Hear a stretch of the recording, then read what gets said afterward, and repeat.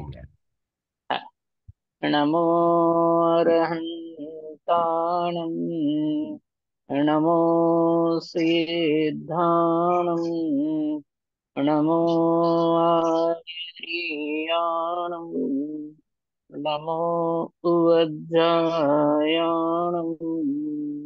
नमो लोये सवसाहुणम्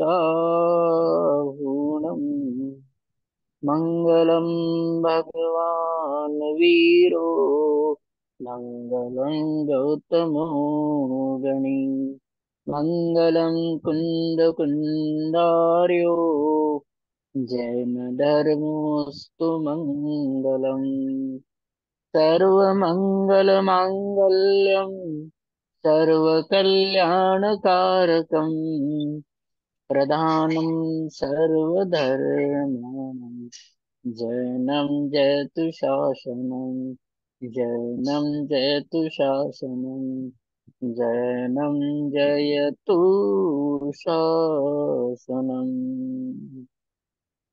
मोक्षमार्गस्य नेतारं भेक्तारं कर्मभूभृतां ज्ञातारं विश्वतत्त्वानां वन्दे तद्गुणलब्धये अनन्तधर्मणस्तत्त्वं पश्यन्ति प्रत्यगात्मनः अनेकान्तमयी मूर्तिर्नित्यमेव प्रकाशताम् निस्संग है जो आयो सम निर्लेप है आकाश से निज आत्म में ही विहरते जीवनन पर की आस से जिनके निकट सिंहादि पशु भी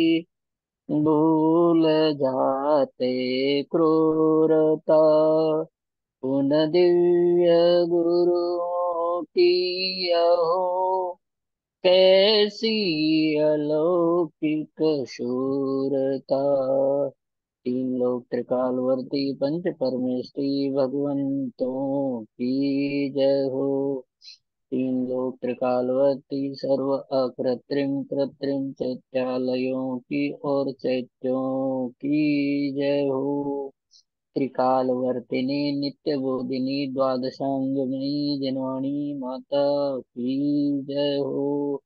तीन कम 9 करोड़ त्रिकालवर्ती मुनिराजों की जय हो। परम उपकारी श्री सदगुरुदेव की जय हो। आज गुरु पूर्णिमा है और कल शासन जयंती वीर शासन जयंती है। आज के दिन आषाढ़ पूर्णमासी के दिन गौतम गंधर ने दीक्षा ली। इंद्रभूति नाम था उनका। तो हाँ, गौतम गणधर उन्होंने दीक्षा ली थी, इसलिए तब से ये गुरु पूर्णिमा प्रसिद्ध। और कल सुबह भगवान की दिव्य ध्वनि खिलेगी। 66 दिन तक 66 दिन तक भगवान की दिव्य ध्वनि नहीं खिली। तो धौला पुस्तक 9 में ये प्रकरण आया है कि 66 दिन तक दिव्य ध्वनि क्यों नहीं खिली।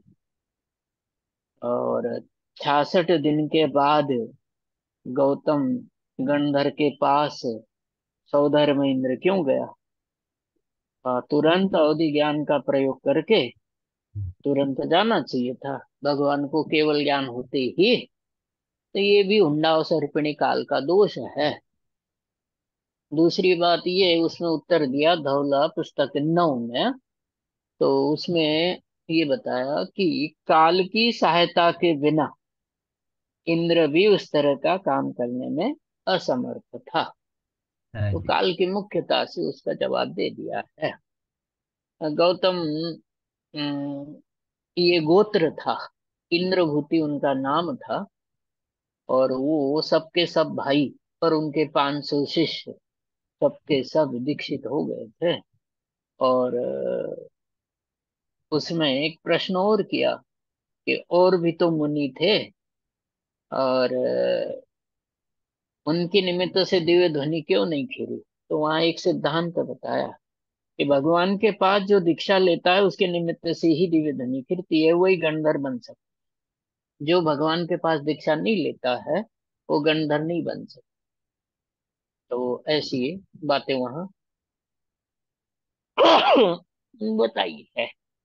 और श्लोक सबको पता होगा, कल वाला मतलब वीर शासन जयंती की कथा में आता है, त्रैकाल्यम द्रव्य षटकम नवपद सहितम जीव षटका यलेशा पंचान्य चास्तिकाया व्रत समिति गति ज्ञान चारित्र वेदा इत्येतन मोक्ष मूलम प्रोक्तम त्रिभुवन महिते प्रतीति श्रद्धाति स्पृशति च मतिमान यह सवय शुद्ध दृष्टि। ऐसा कहते हैं कि ये श्लोक लेकर के सौधर्मेंद्र या इंद्रभूति, गौतम गोत्र था उनका, गौतम गंधर के पास गया था। उस समय तो वो 500 शिष्यों को वो पढ़ा रहे थे वेद वेदादि। और वहां जाकर के श्लोक बोला। तो उन्होंने पूछा तुम किसके शिष्य हो, कि बोले मैं तो सर्वज्ञ भगवान महावीर का शिष्य हूँ। अच्छा।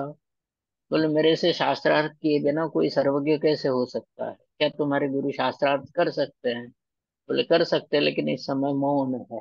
66 दिन तक दिव्य ध्वनि नहीं खिल रही थी ना, मौन है। और शास्त्रार्थ करने के लिए तो तैयार है। तो बोले, ये त्रैकाल्यम द्रव्य षटकम श्लोक में लेश आदि शब्दों का अर्थ उसको नहीं आता था, गौतम को खुद को। बोले तुमको तो क्या जवाब दे दूं इस श्लोक का अर्थ में तुम्हारे गुरु के साथ शास्त्रार्थ करके बताओ। तो वहां जाकर के बाकी घटना पता है कि दीक्षा ले ली। दीक्षा लेते ही गंधर्व योग्य पद मतलब शक्ति थी, बुद्धि थी, तो बस गंधर्व बन गए। इस तरह से आज उन्होंने दीक्षा ली थी। और कल दिव्य ध्वनि खीरी, कल वीर शासन जयंती। जिस दिन से भगवान की दिव्य ध्वनि खिरती है, जिस तीर्थंकर की, उस दिन से उनका शासन माना जाता है। भगवान महावीर की दिव्य ध्वनि जिस दिन खिरी, है ना, तो उतने काल तक 21,000 30 वर्ष तक भगवान महावीर का शासन रहेगा। एक दिव्य ध्वनि खिरने से दूसरे तीर्थंकर की जब तक दिव्य ध्वनि नहीं खिरती तब तक पिछले तीर्थंकर का, भाषा समझ में आती है ना हिंदी, पहले वाले तीर्थंकर का शासन माना जाता है ना। तो इस तरीके से आज ये गुरु पूर्णिमा भी है। और कल वीर शासन जयंती। अपना 27वां बोल चल रहा है, आप लोगों ने निकाल के रखा ही है। વ્યવહારનો પક્ષ જીવને સંમત દર્શનમાં બાધક છે। व्यवहार चारित्रमा पण बाधक છે, है ना। व्यवहार का पक्ष, अ, थोड़ा सा अंतर है इसमें। एक जगह लिखा व्यवहार का पक्ष और एक जगह लिखा मात्र व्यवहार, है ना। तो व्यवहार का पक्ष ये जीव के अभिप्राय में परिणामों में रहता है, और व्यवहार और क्रियाओं में रहता है। तो व्यवहार का पक्ष जीव को सम्यक दर्शन में बाधक है, और जो क्रिया रूप व्यवहार है उसको व्यवहार मानना ये चारित्र में बाधक है ना। तो एक प्रश्न और आता है कि व्यवहार जो चारित्र में बाधक है, क्रिया रूप है, तो वो व्यवहार को व्यवहार नहीं कहेंगे तो किसको व्यवहार कहेंगे। असल में आचार्यों ने व्यवहार की दो बातें बताई। पहले तो एक तो हस्तावलंबन, है ना, पुरुषार्थ सिद्धिपाय और समय सार था 12। तो दोनों जगह व्यवहार को इस रूप में बताया है कि व्यवहार तो समझाने के लिए है एक बात, और दूसरी बात हस्तावलंबन, लक्ष्य नहीं, वो तो आराम है। जैसे चलना यात्रा होती है, और चल करके थक गए तो किसी जगह ठहरने को व्यवहार कहते हैं। लेकिन इस ठहरने का पक्ष यदि कोई करता है तो वो गंतव्य को, लक्ष्य को, टारगेट को, अपने मंजिल को प्राप्त नहीं। तो व्यवहार का पक्ष जीव को अनादि से रहा। देखो, पहली बात तो ये कि लाखों करोड़ों जीवों में किसी को ही जैन धर्म की, जिनागम की प्राप्ति होती है ना। जैसे भोग भूमि में धर्म नहीं, उपदेश नहीं है। नरकों में उपदेश नहीं है। म्लेच्छ खंडों में उपदेश नहीं है। उत्तम भोग भूमि हो चाहे कुभोग भूमि हो, वहां उपदेश नहीं है ना। एकमात्र मनुष्य पर है, स्वर्गों में उपदेश नहीं है, और तो क्या, उनको भी यहाँ आना पड़ता है मध्य लोक। और जिसको उपदेश मिला, अब वो लाखों करोड़ों में कोई एकाध जीव होता है। महावीर के निर्वाण के 1000 वर्ष बाद, जैसे पहली शताब्दी में 500 वर्ष बाद ही कुंद कुंद हुए, 1000 वर्ष बाद अमृतचंद्र हुए, और अमृतचंद्र के 1000 वर्ष बाद अपने पूज्य गुरुदेव श्री हुए। तो ऐसा कोई ना कोई जीव है ना, जो यथार्थ उपदेश करता है, वो होता है। अब हमारे पुण्य का उदय है कि पूज्य गुरुदेव श्री के शासन काल में हम यहाँ समझ में, मतलब उत्पन्न हुए हैं, उनसे जुड़े हैं। तो दूसरा मुझे ये कहना था कि ये जैनों में भी जो जैन बन गए वो हजारों लाखों में कोई एक आध। जैनों में भी जिन धर्म मिलना, मतलब साध्या आदि करना, ये भी हजारों में कोई एक आध। और जो सच्चा धर्म है, उसको प्राप्त करने के लिए भी हजारों में कोई एकाध जीव को प्राप्त होता है यथार्थ उपदेश।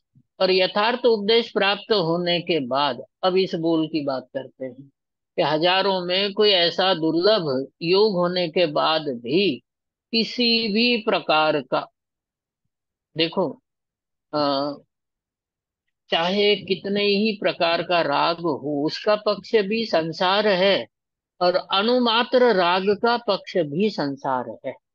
रजनी भाई, समझ में आ गई बात? बहुत, मतलब थोड़ा सा भी राग का पक्ष, वो भी संसारी है। व्यवहार का पक्ष चाहे थोड़ा सा कर लो, किसी कारण से कर लो, समय दर्शन नहीं हो रहा है इसलिए स्वाध्यायी कर लो कि प्रभु ये बात भी पक्ष वाले जीव को पक्ष छिपाने के लिए है। सम्यक दर्शन हो सकता है, निश्चय का त्रिकाली ध्रुव चैतन्य का पक्ष हो सकता है। तो देखो, ऐसा कहते हैं ना कि एक तरफ तीर्थंकर का बल। 2-4 दिन पहले कहानी पढ़ी थी कि कृष्ण को अभिमान हो गया था कि मुझ में शक्ति ज्यादा है, मैं नारायण हूँ। और नीमनाथ चचेरे भाई, उनमें तो क्या होगा, ताकत बल, वो अपने आप को ही बड़ा मानते थे। तो नीमनाथ भगवान अभिप्राय समझ गए, उन्होंने अपनी हाथ की उंगली टेढ़ी की। कहा कि भाई मैं आपसे मतलब बाहु युद्ध नहीं कर सकता, उंगली में दर्द है। तो वो सीधी करने के लिए कहानी थोड़ी सी विस्तृत है कि वो उन्होंने साकल मंगाई, सब लटक गए, ऐसी कहानी है। तो एक तरफ तीर्थंकर का बल, और दूसरी तरफ सारे संसार के जीवों का बल, है ना। तो भी तीर्थंकर का बल उन सबसे अधिक है। ऐसे ही एक तरफ त्रिकाली शुद्ध चैतन्य का बल, और दूसरी तरफ संख्यात असंख्यात अनंत प्रकार के व्यवहार का बल, है ना। तो भी व्यवहार चाहे कितना ही हो और कैसा भी हो और कितना भी निरतिचार क्यों न हो, उसका पक्ष यदि जीव को आता है, तो वो व्यवहार का पक्ष जीव को संसार में ही रुला। एकमात्र पक्ष त्रिकाली ध्रुव शुद्ध चैतन्य का ही होना चाहिए, उसी का रहना चाहिए। तब तो सम्यक दर्शन होगा, तब तो मोक्ष मार्ग प्रारंभ होगा, तब तो अतीन्द्रिय सुख की प्राप्ति होगी ना, तब तो मोक्ष मार्ग की प्राप्ति होगी। व्यवहार का पक्ष, व्यवहार में रहते हुए जीव को साधक दशा में भले ही व्यवहार में रहे, दोष नहीं है, लेकिन व्यवहार का पक्ष होना ये दोष है। शुभ भाव होना, निरतिचार शुभ भाव होना, शुद्ध चैतन्य के लक्ष्य से होने वाले शुभ भाव भी क्यों न हो, लेकिन उनका भी पक्ष रहे तो जीव वहीं अटक करके संसार में ही भटकेगा। इतनी दूर तक आने के बाद थोड़ी सी दूरी की वजह से यात्रा छोड़ना ठीक नहीं। घर से, अमेरिका से सम्मेद शिखर जी तक आ गए, है ना, नीचे तक पहुंच गए और वहां से यात्रा प्रारंभ करनी है। लेकिन वो यात्रा प्रारंभ करने से पहले कोई विचार करके उसको छोड़ दे तो ठीक नहीं है। ऐसे ही मनुष्य बना, पूज्य गुरुदेव श्री का सानिध्य, स्वाध्याय और ये सब होने के बाद भी कहीं ना कहीं व्यवहार के पक्ष में जीव अटक जाए तो अपना ही अहित कर लेगा, अपना ही बुरा कर लेगा। अपना ही बुरा उससे होता है, ये बात समझना कि व्यवहार नो पक्ष जीवने सम्यक दर्शन में बाधक छे। વ્યવહાર સમ્યક દર્શનમાં બાધક નથી, પણ વ્યવહારનો પક્ષ સમ્યક દર્શનમાં બાધક છે। व्यवहार तो जब तक केवल ज्ञान घातिया कर्मों का नाश, केवल ज्ञान प्राप्त न हो, घातिया कर्मों का नाश न हो, 12वें गुण स्थान के अंत तक भी छद्मस्त दशा और व्यवहार बताया। व्यवहार का पक्ष वो सम्यक दर्शन में बाधक है, व्यवहार सम्यक दर्शन में बाधक नहीं है। पिछली बार थोड़ी चर्चा हुई थी तो ये बताया था कि शरीर या राग ये धर्म में बाधक नहीं है। शरीर में एकत्व बुद्धि और राग में सुख बुद्धि या धर्म बुद्धि ये धर्म में बाधक है ना। ऐसा ही व्यवहार का पक्ष जो अपन है वर्तमान में, ज्ञानी है मतलब शास्त्र ज्ञानी है, इतनी क्रिया करते हैं और पूजन छूटती है, ये होता है वो होता है, ऐसा व्यवहार का पक्ष लेकर के यदि कोई जीव व्यवहार में अटकता है तो वो अपना अहित कर लेता है। त्रिकाली शुद्ध चैतन्य का पक्ष ही, है ना, प्राप्ति करे निर्वाण, शुद्ध निश्चय नयाश्रित जो त्रिकाली शुद्ध चैतन्य आत्मा है, वो शुद्ध चैतन्य आत्मा का पक्ष ही सम्यक दर्शन में साधक है। और उसका पक्ष भी छूट जाए और अनुभूति हो जाए तो वही सम्यक दर्शन है। दूसरी बात, व्यवहार चारित्र में बाधक है। व्यवहार जो है वो निश्चय चारित्र में, अर्थात व्यवहार क्रियाओं का लक्ष्य रहे तो परिणामों का लक्ष्य नहीं रहेगा। और परिणामों की विशुद्धि और विशुद्धि की वृद्धि को चारित्र कहते हैं। ये बात लिख लेना कि चारित्र, जीव का चारित्र तो परिणामों की विशुद्धि है, निर्मलता है। व्यवहार क्रियाएं ये जीव का चारित्र नहीं, ये शरीर की क्रिया है। गुणस्थान भी परिणामों की विशुद्धि की वृद्धि को कहते हैं, है ना। मात्र क्रियाओं को गुणस्थान नहीं कहते कि अनुव्रत धारण कर लिए तो पंचम गुणस्थान, ये तो व्यवहार से समझाने की बात है। निश्चय से जो शुद्धि की वृद्धि अंतरंग में होती है, उस शुद्धि की वृद्धि के साथ जो शुभ राग है उसमें अनुरत होते हैं तो पंचम गुणस्थान कहलाता है। तो तो अरुण जी, व्यवहार, हाँ जी। तो प्रायः हम्म, हम व्यवहार और व्यवहार के पक्ष इसे भेद हम्म, नहीं करते।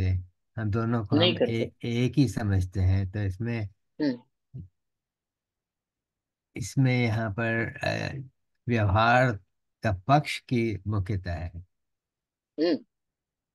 असल में अशुभ से बचने के लिए ज्ञानी के भी शुभ भाव होते हैं। पाप क्रियाओं से बचने के लिए ज्ञानी की भी जो अ, व्रतादि की, नियम आदि की क्रियाएं होती है। लेकिन ज्ञानी को शुभ का पक्ष नहीं है और व्यवहार क्रियाओं का भी पक्ष नहीं होता है। होना अलग चीज है और पक्ष होना अलग चीज है। आप भी स्वाध्याय करते हैं, हम भी स्वाध्याय में ही, अ, अभी भी स्वाध्याय में ही बैठा था तो रजनी भाई का फोन नहीं आता तो बात भी नहीं होती, अपना स्वाध्याय भी नहीं हो पाता। तो पर कहने का मतलब हम दोनों को एक ही हाँ मानते हैं, व्यवहार और हाँ, व्यवहार के पक्ष को एक ही मान लेते हैं। यही तो गलत है। यही तो मान्यता निकालनी है कुशल भाई। ये तो पूज्य गुरुदेव श्री का निमित्त है। पूज्य गुरुदेव श्री से पहले भी जो आप कह रहे वही बात थी। यही भूल पूज्य गुरुदेव श्री ने निकाली। आज पूज्य गुरुदेव श्री नहीं होते तो कौन ये कहता है कि शुद्धि की वृद्धि को गुणस्थान कहते हैं। हम्म? चारित्र शुद्धि की वृद्धि का नाम है।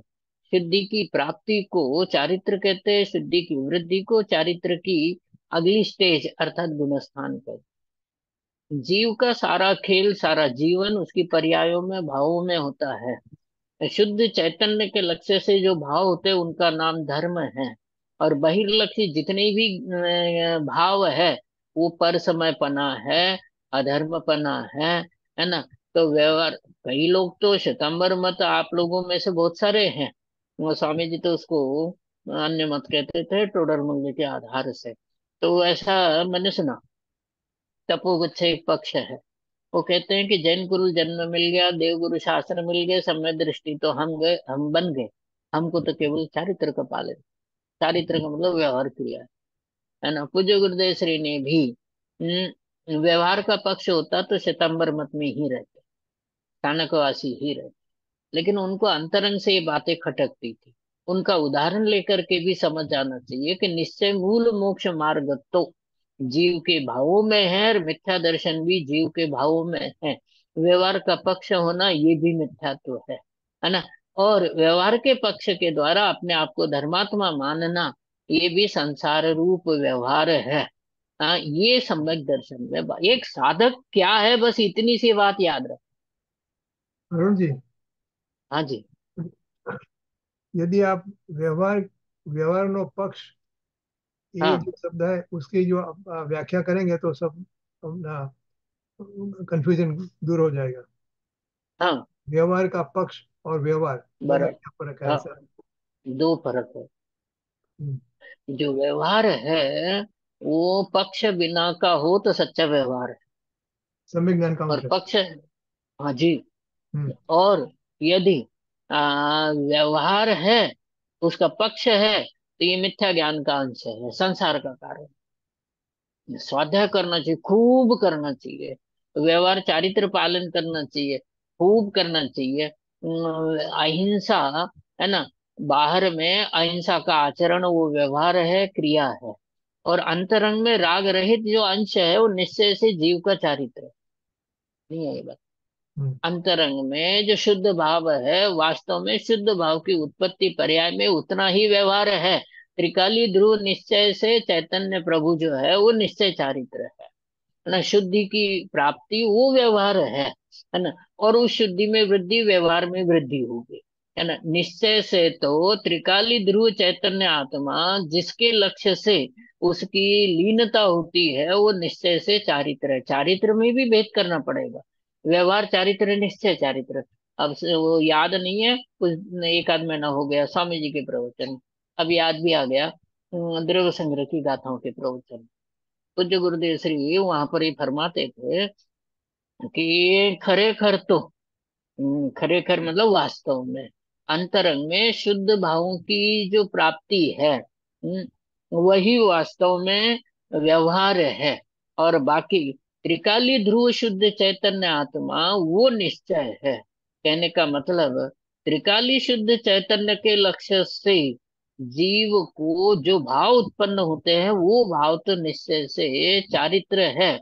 और उसके साथ जो शुद्धि होती है वो व्यवहार से चारित्र है। बात समझने में सूक्ष्म पड़ेगी कि ये जो प्राप्त हुआ वो तो व्यवहार है, जिसके निमित्त से प्राप्त हुआ वो निश्चय है, जो लक्ष्य भूत है वो निश्चय है। तो यही एक बात जीव को अच्छी तरह से समझनी चाहिए कि वर्तमान में जो कुछ है, सूक्ष्म रूप है, ज्ञान रूप है, क्रिया रूप है, ये सब तो व्यवहार के भी व्यवहार है।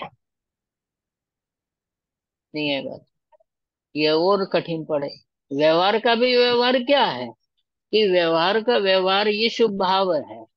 और व्यवहार क्या है, विशुद्धि की अपूर्णता वो व्यवहार है ना। शुद्धि की पूर्णता और उसके लक्ष्य से त्रिकाली चैतन्य का जो आश्रय है वो निश्चय है।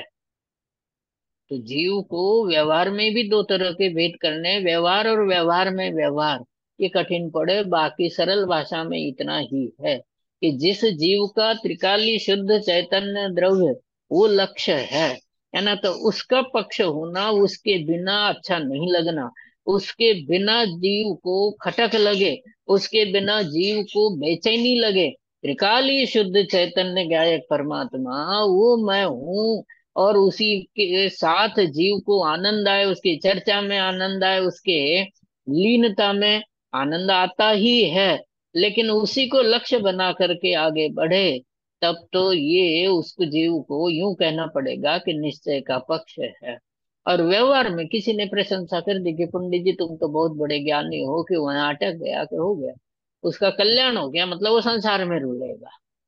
व्यवहार और व्यवहार का पक्ष दोनों यदि समझ में आ जाए, तो व्यवहार और व्यवहार का पक्ष और व्यवहार में व्यवहार ऐसे लंबा चौड़ा भी हो जाएगा कि जो शुभ भाव है वो व्यवहार है, और शुभ भाव का पक्ष वो व्यवहार का पक्ष है।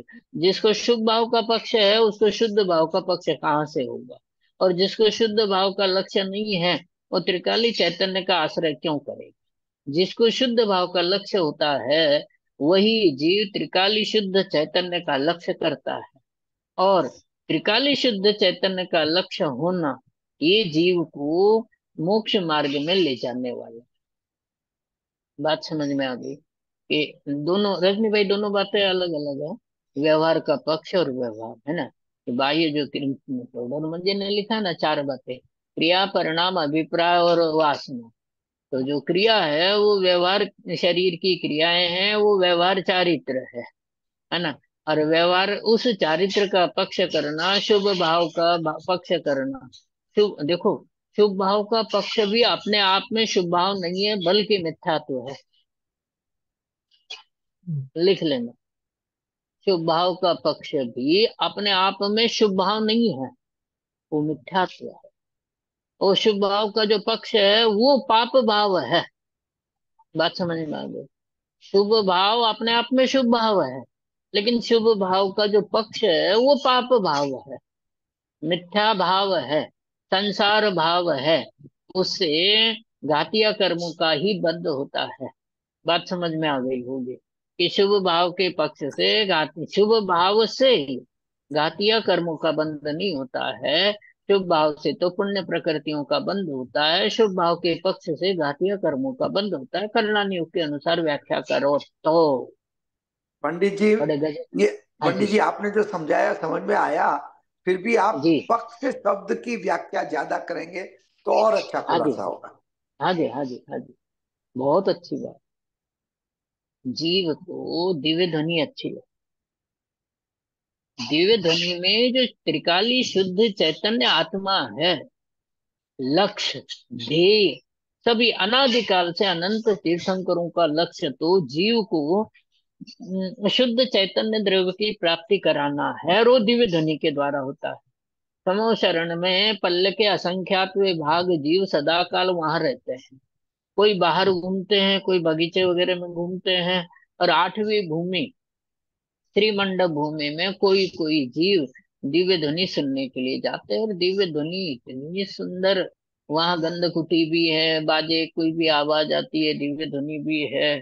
तो वहां जिसको दिव्य ध्वनि, बाकी बातें छोड़ दीजिए, लौकिक, दिव्य ध्वनि अच्छी लगती है, और दिव्य ध्वनि में जो त्रिकाली शुद्ध चैतन्य आत्मा है वो अच्छा नहीं लगता है, तो दिव्य ध्वनि अच्छी लगना भी व्यवहार का पक्ष है। शांति भाई है,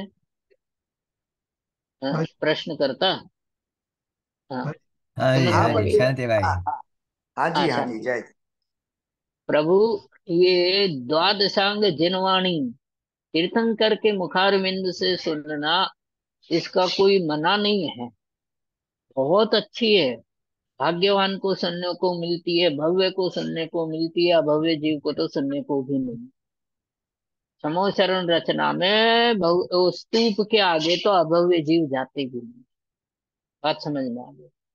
तमो शरण में अभव्य जीव जाते हैं, लेकिन स्तूप तक जाते हैं। वहां जाकर के दिव्य ध्वनि, प्रभु दिव्य ध्वनि की महिमा अजब गजब है।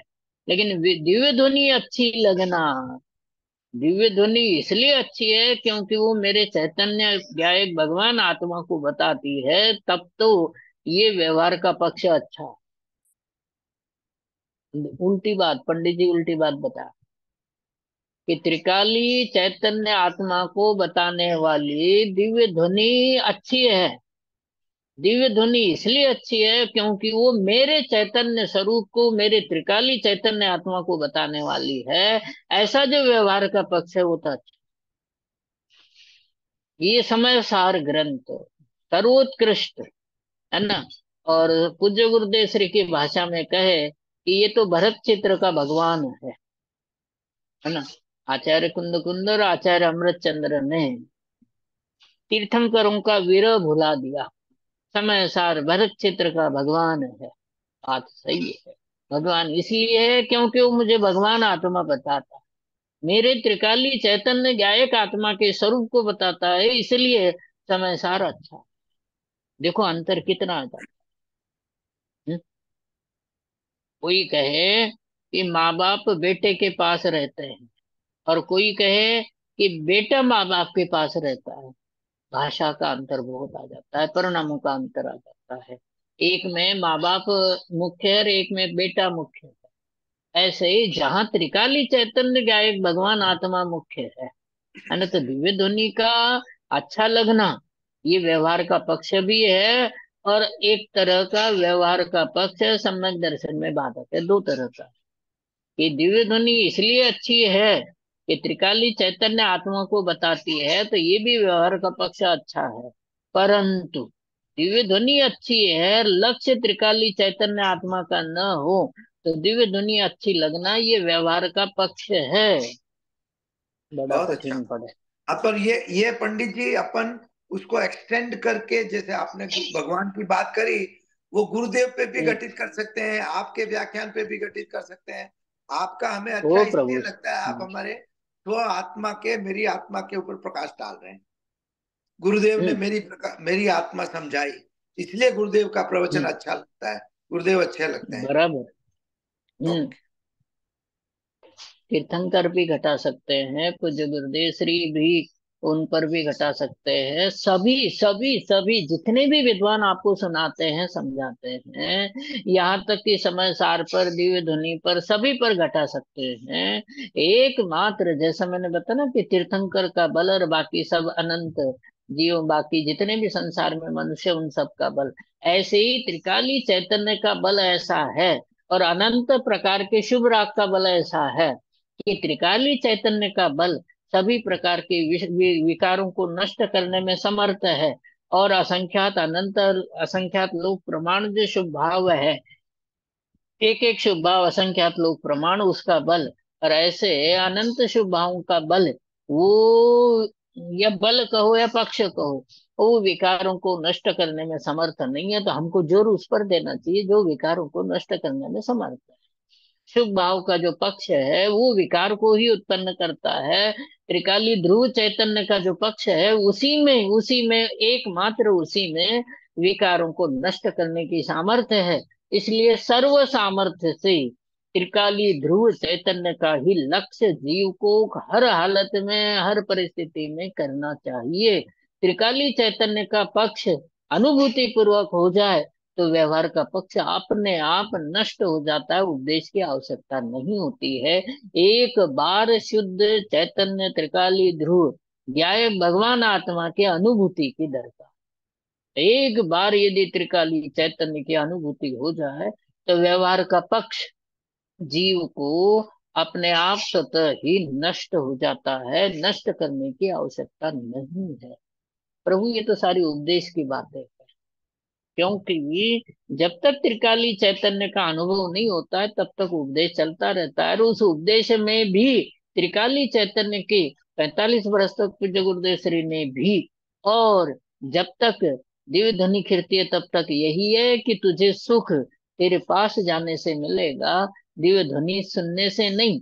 त्रिकाली चैतन्य की अनुभूति करने से मिलेगा, उसकी चर्चा करने से नहीं। ये बात समझ में आने के बाद उपयोग पलट जाए, त्रिकाली चैतन्य की ओर उपयोग चला जाए, तो यही सम्यक दर्शन में साधक है। और वो उपयोग शुभ क्रियाओं में अटक जाए, ज्ञान में अटक जाए, तो ये सम्यक दर्शन में बाधक है। उपयोग त्रिकाली चैतन्य की ओर वळता हो, गुजराती में ना वळन शब्द, वळता हो, उधर जाता हो, उधर जाना ही सार्थकता है उपयोग की।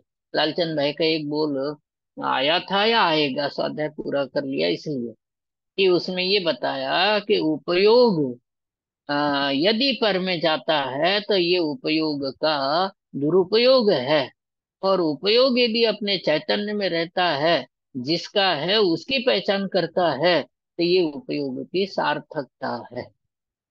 प्रभु अपने पास उपयोग है, अपन ही त्रिकाली ध्रुव चैतन्य आत्मा है, तो अपने उपयोग को अपने में ले जाना, अपने उपयोग का जो मुंह है अपने भीतर करना, सदा काल बैठते उठते त्रिकाली चैतन्य की महिमा का पक्ष होना, महिमा होना, है ना। शुभ भाव का किसी न किसी प्रकार से संसार में, पहले ही बताया था, दोबारा बता देता हूं, कि इस अनादिकाल से संसार में भटकने के चार कारण हैं, है ना। तो शरीर में आत्म बुद्धि, चार बुद्धियां बताई थी, शांति भाई ने लिखी थी। शरीर में आत्म बुद्धि, पर में कर्तृत्व बुद्धि, शुभ भावों में धर्म बुद्धि, और विषय कषायों में सुख बुद्धि।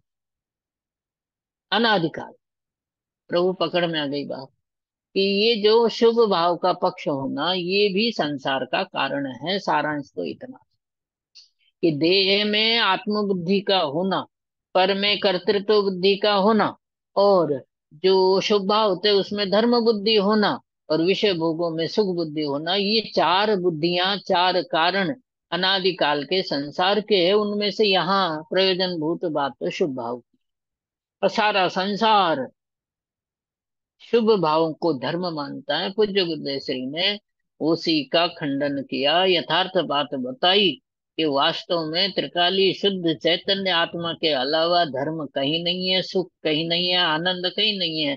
सम्यक दर्शन तो निमित्त मात्र है ना, कि त्रिकाली शुद्ध चैतन्य आत्मा अर्थात अतीन्द्रिय आनंद का भोग, उसमें व्यवहार का पक्ष बाधक है। अतीन्द्रिय शांति में व्यवहार का पक्ष बाधक है, अतीन्द्रिय सुख में व्यवहार का पक्ष बाधक। व्यवहार का पक्ष मतलब शुभ भाव में धर्म बुद्धि का, कई व्याख्याएं हैं, अनेक व्याख्या। व्यवहार का पक्ष मतलब शुभ भावों से धर्म मानना है। व्यवहार का पक्ष का मतलब क्या है, कि निमित्त को कर्ता कहना है ना। कि कहने का अर्थ और अभिप्राय सबका इतना सा ही है कि जीव को हर प्रकार से अपने त्रिकाली चैतन्य का ही लक्ष्य और पक्ष होना चाहिए। मैं त्रिकाली शुद्ध चैतन्य भगवान आत्मा हूँ, ये उसके परिणामों में दृढ़ता से बैठ जाना चाहिए, है ना। बाकी ज्ञान द्वादशांग का हो और श्रद्धान चैतन्य का न हो, तो ज्ञान भी व्यर्थ है। और उस ज्ञान के कारण अपने आप को कोई गणधर माने, आचार्य माने, कुछ भी माने, ये व्यवहार भी चारित्र में बाधक है। व्यवहार तो ज्ञान का अंश है, और व्यवहार का पक्ष वो अज्ञान का अंश है ना। व्यवहार ज्ञान का अंश है, कि जहां जहां जो जो योग्य छो तहां समझूं ते, है ना। तो ये जो ज्ञान का अंश है वो व्यवहार है। अशुद्धता की अपूर्णता वो भी व्यवहार है ना। और पर्याय मात्र चाहे पूर्ण निर्मल हो तो वो भी व्यवहार है। व्यवहार के तीन तीन अर्थ है ना। कि व्यवहार ज्ञान शुद्धता की अपूर्णता, शुभ भाव, शुभ क्रियाएं, व्यवहार तो अनेक प्रकार का, निश्चय ही एकमात्र एक प्रकार का है। व्यवहार का ज्ञान का अंश है, ये तो ज्ञान का अंश है, मतलब ज्ञान का ज्ञेय मात्र है, वो भी सहज है कि इतना अंश स्वामी जी के सभी समय सार के प्रवचनों में, चाहे निर्जर अधिकार के हो, बंद अधिकार के हो, कि ज्ञानी भी व्यवहार में अपने पाप भाव को जानते हैं, अपने पुण्य भाव को भी जानते हैं, और अपनी निर्मल दशा को जानते हैं, निर्मल दशा की अपूर्णता को जानते हैं। ज्ञानी जानते हैं इसलिए, जो ज्ञान जानना है उनका वो व्यवहार है, वो ज्ञान का अंश है। ये प्रभु पकड़ में आ गई। जानना ही ज्ञान का अंश है। ज्ञानी अपने व्यवहार को जानते हैं, ज्ञान का अंश उतना है। व्यवहार ज्ञान का अंश है, और व्यवहार का जो पक्ष है वो अज्ञान का अंश है। देखो, आप यदि अपना व्यवहार नष्ट नहीं करना चाहते, व्यवहार को अज्ञान का अंश नहीं बनाना चाहते, तो व्यवहार का पक्ष छोड़ दो, व्यवहार करते कहने की बात ये है कि व्यवहार करते रहो, व्यवहार का पक्ष छोड़ दो बस। स्वाध्याय करो, स्वाध्याय का पक्ष छोड़ दो। त्रिकाली चैतन्य की चर्चा करो, त्रिकाली चैतन्य की चर्चा का भी पक्ष छोड़ दो। आग्रह नहीं रखो। यथा योग्य भूमिका के अनुसार परिणाम होते हैं, उन परिणामों को ज्ञान का गेय बना लो। चाहे शुभ भाव हो चाहे अशुभ भाव हो, भूमिका के अनुसार आते हैं तो आने दो। मैं तो उसमें लीन होने वाला नहीं, मैं तो उनसे निर्लिप्त रहने वाला ध्रुव ध्रुव ध्रुव चैतन्य हूँ। बस इतनी सी बात ख्याल रखनी है।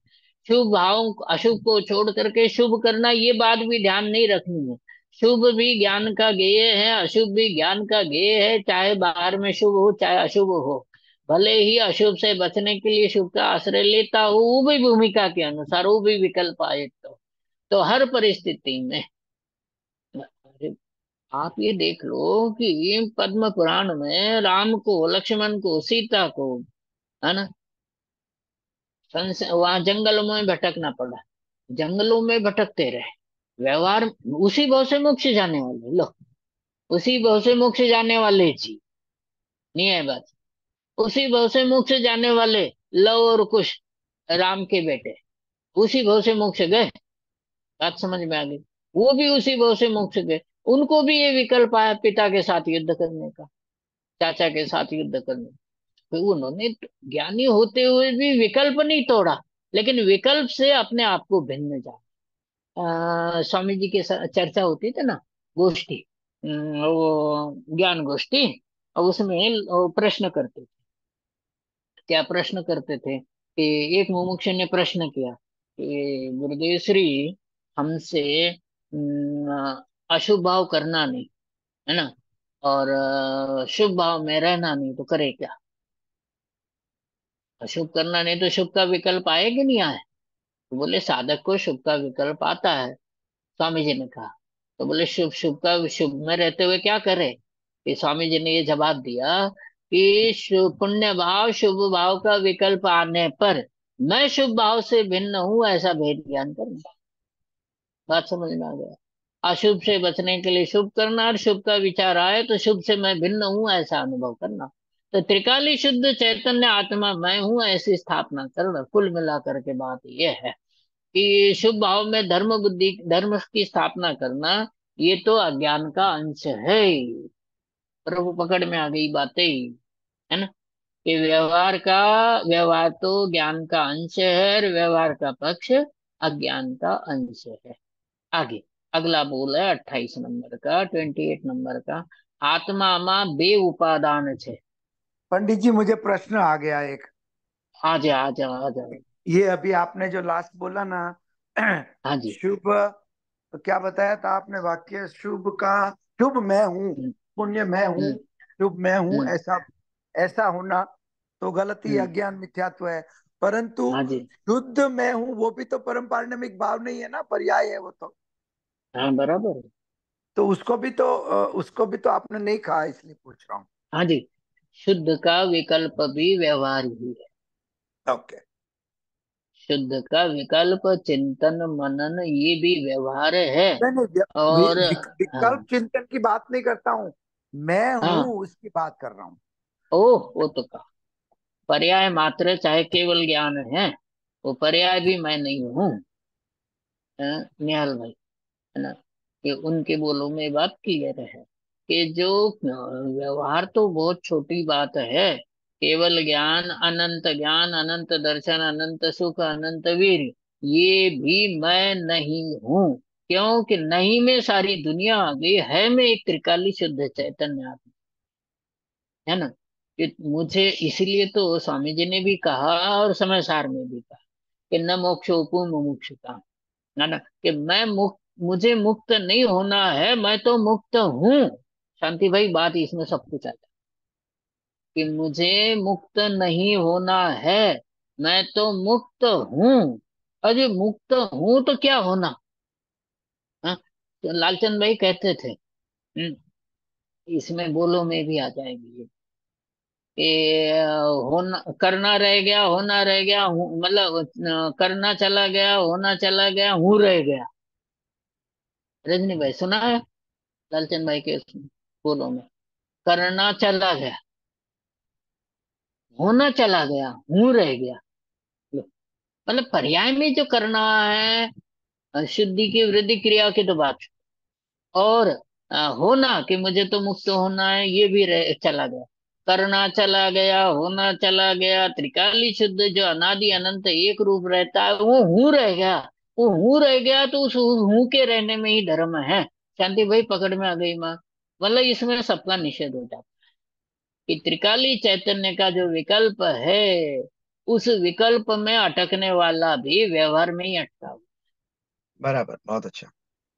है। करना, बोलो दोबारा, करना चला गया, होना होना चला चला गया, गया, हूँ रह अब गया।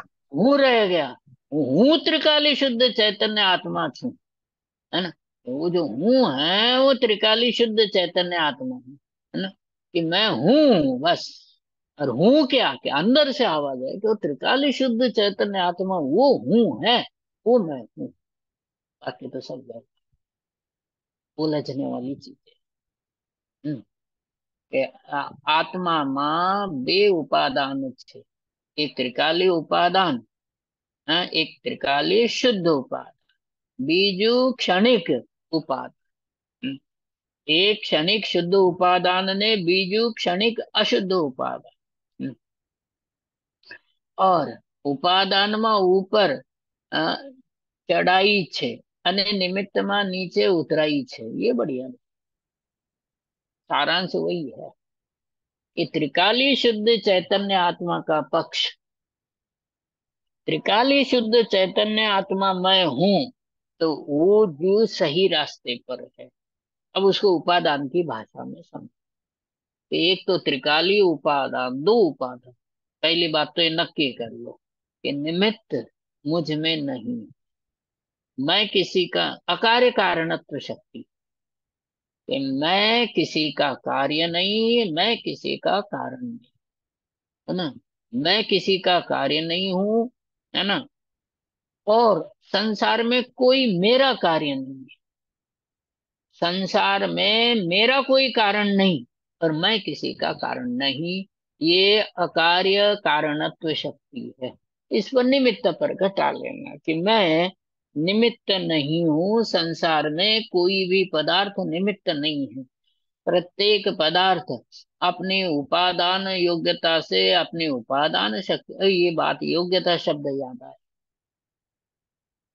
कि जो त्रिकाली चैतन्य ध्रुव ज्ञायक भगवान आत्मा है, वो अपने षटकारक से युक्त है और उसमें सदा एक रूप रहने की योग्यता है। ये बात धवला पुस्तक 9 में भी इस तरह की आई, अभी जो स्वाध्याय कर रहा है।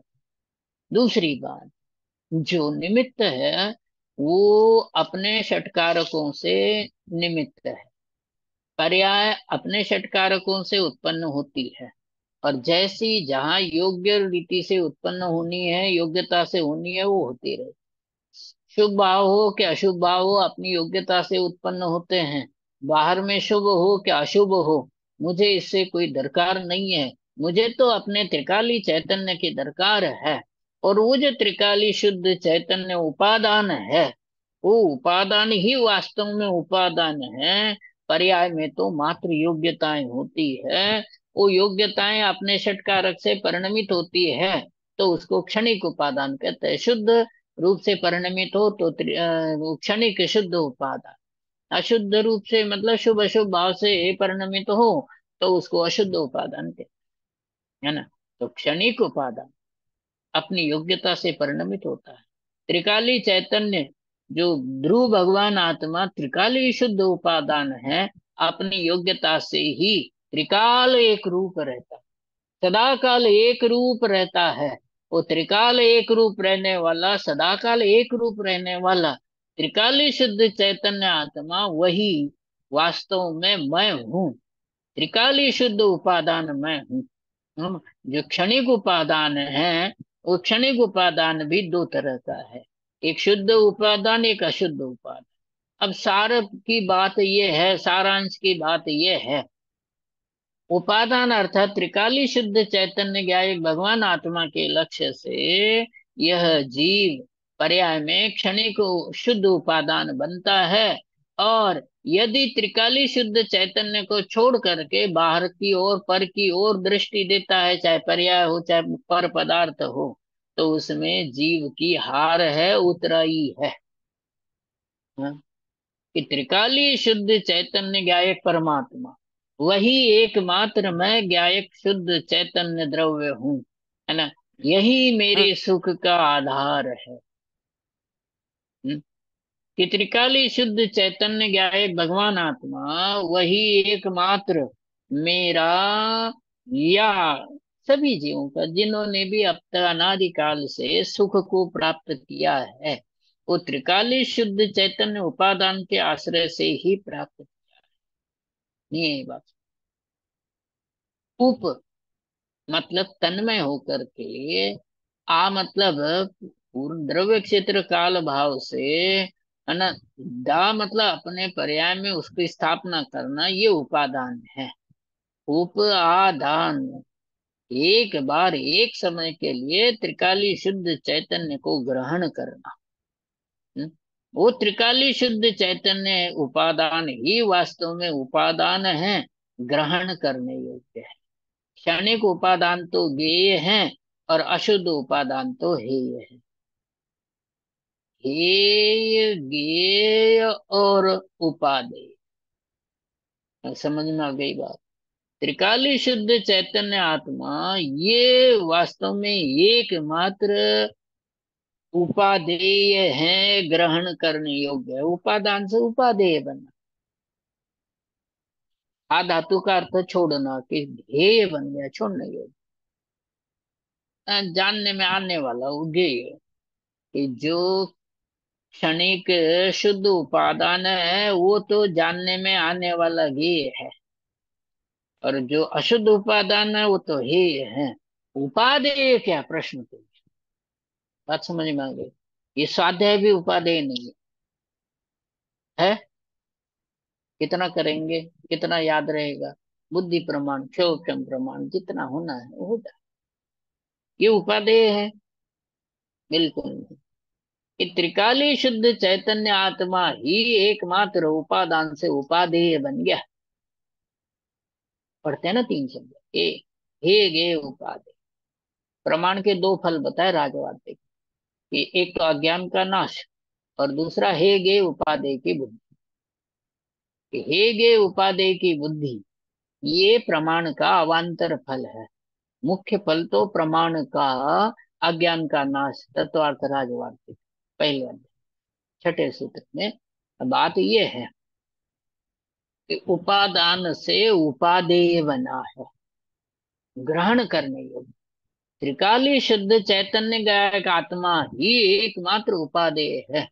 ये पंडिताई, क्षोभम, व्यवहार की क्रियाएं, निरतिचार पालन, ये कोई उपादेय नहीं है। उपादेय इसलिए नहीं है कि इनके आश्रय से शुद्ध भाव की पर्याय में प्राप्ति नहीं है।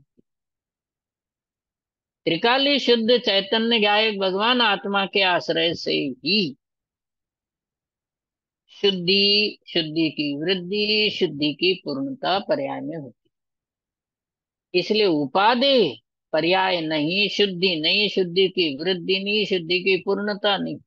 त्रिकाली शुद्ध चैतन्य आत्मा जिसके आश्रय से ये पर्याय प्रकट होती हैं, पर्याय चाहे कैसी हो, मेरे लिए तो उपादेय एकमात्र अपना त्रिकाली शुद्ध चैतन्य गायक आत्मा ही है ना। समय हो गया है। समय हो गया आत्मा है। माँ, अपना समय हो गया है। हाँ, हाँ चलो, बाकी चर्चा अगली बार करें, है ना। बाय। बधाने पंडित जी आपने बताया वो है उपादेय बुद्धि प्रमाण નું અવાંતર ફળ છે, वो क्या बताया, वो समझ में नहीं हाँ जी आया। हाँ जी, अगली बार लेंगे। अगली विषय बार में ले लेंगे। आकलंक देवाचार्य की बात, पहले अध्याय की, राजवार्तिक की अगली बार ले लेंगे। बहुत सुंदर। हाँ आज के, हाँ जी, विषय बन अगली बार ले लेंगे। हाँ जी ठीक है, थैंक यू पंडित। बधाने जय जने, जय श्री। जय जय जिनेन्द्र पंडित।